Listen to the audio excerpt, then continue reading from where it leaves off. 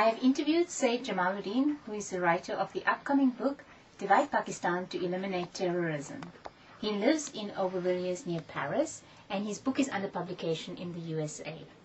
Syed Jamaluddin was forced to leave Pakistan in 1999 after the coup of General Musharraf. He is an active writer on issues regarding Pakistan's involvement in terrorist activities in the region. He has revealed in his book that Pakistan's ISI has several hidden plans, terrorist plans, in the coming years. He suggests in his book that in order to combat terrorism emanating from that region, Pakistan be divided into 5 parts. Hello, Mr. Syed. Tell us about your book. Well, this book, I've written it to tell you something, exactly what has been my experience during my stay in Pakistan. This book gives an idea about my experience with different political parties and different political and religious groups in the country. I have put a lot of facts in my book concerning the Pakistan's involvement and Pakistan's different intelligence agencies' involvement in different terrorist activities, not only in Afghanistan but also in Kashmir and also in Chechnya, and also their involvement in sending people to the northern region of Pakistan, which is rather a southern region of China, particularly in the Xinjiang province, and also sending different missionaries to North Korea, Malaysia, Libya, and Iran. So I have tried to put all these facts on paper as far as I know them, and that is the whole idea of my book. Why do you think that by disintegrating Pakistan, terrorism will be eliminated? Well, the most important thing is that instead of naming the thief and instead of pointing to the culprit, it's important that we should look for the solution. Everybody is talking about terrorism, everybody is talking about where is terrorism is coming from, everybody is pointing fingers to Pakistan. But the question is, what is the solution? The solution is disintegration of Pakistan itself. Because if you divide Pakistan in 5 parts, you totally crush, you totally destroy the network of terrorism which has gone deeper into the whole system of that region. To just give you an example, the northwest frontier province of Pakistan, it is being used for transportation of weapons to the Afghanis. The Balochistan province is being used by Pakistan's intelligence agencies to facilitate transportation of weapons, ammunition, bombs, chemical weapons, and all this stuff to the Taliban. The province of Sindh is being used to transport the spies and terrorists, people who are going into Indian side of cross-border of Sindh. At the same time, Punjab province is being used for transporting terrorists into Indian Punjab, and so on. Kashmir is being brutally, victimized by Pakistani terrorist organizations under the sponsorship of inter-services intelligence, and we have a lot of evidence on record. We can't deny these facts on record. So, if we are keeping a united Pakistan, that means we are facilitating this network to flourish, to further expand its activities, and to remain in existence as long as Pakistan remains in existence. So what I'm suggesting is that a disintegrated Pakistan is not only a disintegrated Pakistan, but it will also disintegrate the terrorist network which is totally in place within the jurisdiction of this country called Pakistan. You mentioned in your book that Pakistan's ISI has several plans regarding terrorism. What are they? Well, that's an interesting question. Well, as a matter of fact, as far as I know, because I had a lot of opportunities at that time to spend.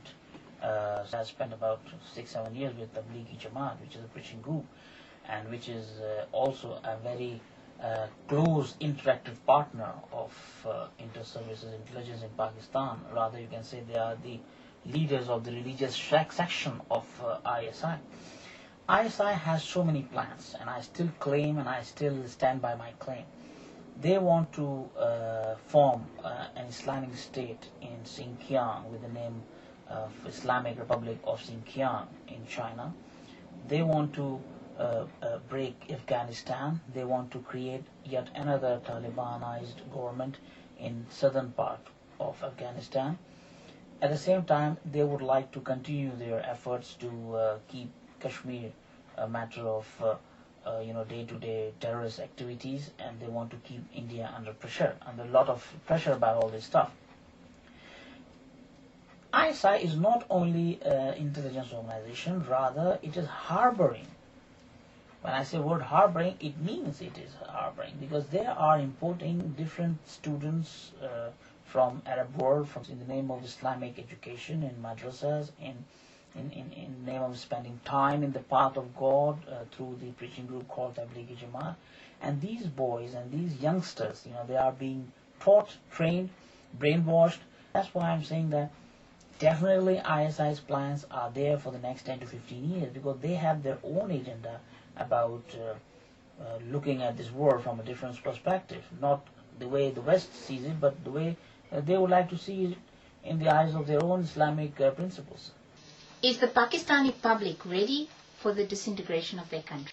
Why not? Because, if you look into different nationalities living in Pakistan, Pakistan is basically not one nation. It's a mockery of facts if you say that Pakistan is one nation. Pakistan is comprised of Kashmiris, Pathans, Punjabis, Sindhis, Balochis, and particularly the Urdu-speaking community based in Karachi, the southern port city of Pakistan. Pakistan is a combination of 5, 6, or 7 nations right now. They have different culture, different traditions, different tongue, different aspirations about their future. Pakistan's government is not a government unanimously elected. That it's a totally dictatorship. So under dictatorship, the dictator would like to do something, they will do it. So that's what they're doing. They have got domination of a particular province and a particular institution, Pakistan Army and ISI, which have their own dominance in the center, and that's what they're doing. So I'm fully hopeful that definitely when it really comes to decision making, people from Pakistan, people who are living in different provinces of Pakistan, definitely would like to go for an independent states of their own. Do you think that Pakistan is an honest ally in the war on terror? Well, of course not. This is only a pretense, First of all, you cannot trust Pakistan at all, because these are the same people who stabbed Bengalis in East Pakistan. These are the same people who participated in the war against Soviet Union, and they created Taliban. And these are the same people who later stabbed Taliban, against the new government of Afghanistan. At the same time, these are the same people who have history of what you can say, they are not at all honest people. I don't think, that Pakistan really deserves to be called a country, or Pakistan really deserves to remain federated in its present form. Disintegration is as important as, I should say, the global warming. You mentioned in your book that the Tablighi Jamaat, Islamic preaching group from Pakistan, is fully involved in brainwashing of young Muslim generation and producing future terrorists. Why do you feel that? Well, the reason is, I've spent time with Tablighi Jamaat for almost 6-7 years, and during that time, I fully claim that they are brainwashing the young Muslims, they are brainwashing the Arab students coming to this country, and they are preparing them to go for a fight, to go for a holy war, to go for a combat with Christians, Jews, and Hindus in the coming years. That means they are calling for a holy war, global holy war, you can say, and they are totally against the present form of this world. They want to change the total global picture of this world, That is what their aim is all about. Do you feel that the United Nations will buy your idea of disintegration of Pakistan? Well, why not? Because I have mentioned in my book about the doctrine of necessity, and I have also suggested that when countries are disintegrated, like, Soviet Union was disintegrated, Yugoslavia was disintegrated, it is quite a natural phenomenon.